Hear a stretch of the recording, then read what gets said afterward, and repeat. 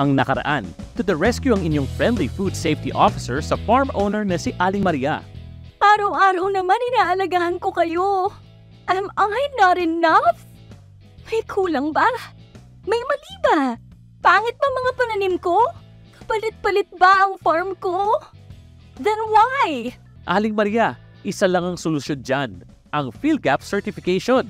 Ipinaliwanag natin kung ano ang PhilGap, ang importansya nito, at kung paano mag-apply ng PhilGap certificate. Maraming salamat, Mr. FSO.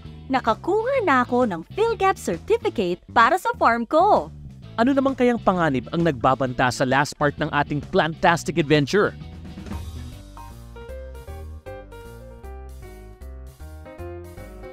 Kamusta, Pedro? Ako ito, si Mr. FSO. Mr. FSO? Yung Friendly Food Safety Officer? Oo, ako nga. Narito ako para alamin ang ugat ng iyong problema. Kailangan kong malaman kung may kontaminasyon ang mga pananim ko. Don't worry, Pedro. May maaasahan tayong pwedeng lapitan para sa iyong problema. Ang Plant Product Safety Services Division o PPSSD ng Bureau of Plant Industry na makakatulong sa atin para matukoy kung mayroong pagkakontamina ang iyong mga pananim. Paano? Halika, punta tayo sa headquarters ng PPSSD. Alam mo ba na may dalawang laboratory ang PPSSD? Ito ang Contaminants Laboratory at Pesticide Analytical Laboratory na maaaring matagpuan sa Quezon City, Baguio, Cebu, Cagayan de Oro at Davao. At lahat ng laboratory services ng PPSSD pwedeng i-avail ng kahit sino. Ready ka na bang mag-apply para ipasuri ang mga produktong prutas at gulay mo? Let's go! Sa mga ganitong problema, pwede tayong mag-email o tumawag sa PPSSD para sa mga katanungan o concern sa mga produkto. Magre-reply ang PPSSD tungkol sa mga analysis at laboratory fees.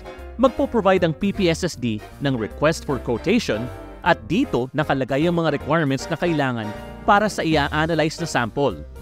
Kapag okay na ang ating requirements, pwede na tayong kumuha ng sample sa farm at isubmit ito sa PPSSD laboratory kung saan i-analyze na ito sa loob ng 3 hanggang 20 na working days. Kapag tapos na, maglalabas ang PPSSD ng Certificate of Analysis na naglalaman ng resulta at iba pang detalye tungkol sa ibinigay nating sample.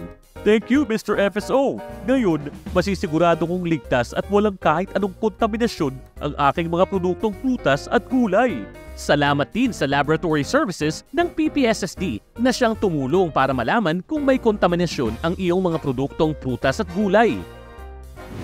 Bago matapos ang ating Plantastic Adventure, tara na't magbalik tanaw muna sa ating journey. Sa una nating Plantastic Adventure, nalaman natin na ang PPSSD ay may mahalagang papel sa pagtiyak ng integridad at kaligtasan ng ating food supply chain. Tinalakay natin ang kahalagahan ng pagkakaroon ng lisensya o license to operate ng mga food business operators na siyang gatekeepers ng food safety at quality sa pamamagitan ng masusing application process. Nakasisiguro ang PPSSD na sumusunod sila sa safety standards kaya panatag ang mga consumer.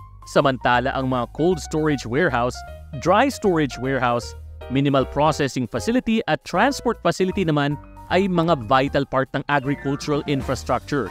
Kaya kailangan din ng mga ito ng license to operate upang mapanatili ang freshness at garantisadong safe ang mga produktong prutas at gulay for consumption. Sa pangalawa nating Plantastic Adventure, nalaman natin kung ano ang PhilGap Certificate at kung bakit naging simbolo ito ng excellence sa agriculture. Natunghayan din natin kung paano nito ine-empower ang mga farmer at nabibigyan ng assurance of high-quality produce ang mga consumer. Last but not the least, natunghayan natin ang iba't ibang laboratory analysis service na ibinibigay ng PPSSD sa mga consumers. Sana marami kayong natutunan tungkol sa PPSSD at sa mga serbisyo nito. Muli, ako si Mr. FSO, ang inyong friendly food safety officer. Tandaan natin, pagkain para sa lahat, safe at sapat dapat. Hanggang sa susunod na Plantastic Adventure,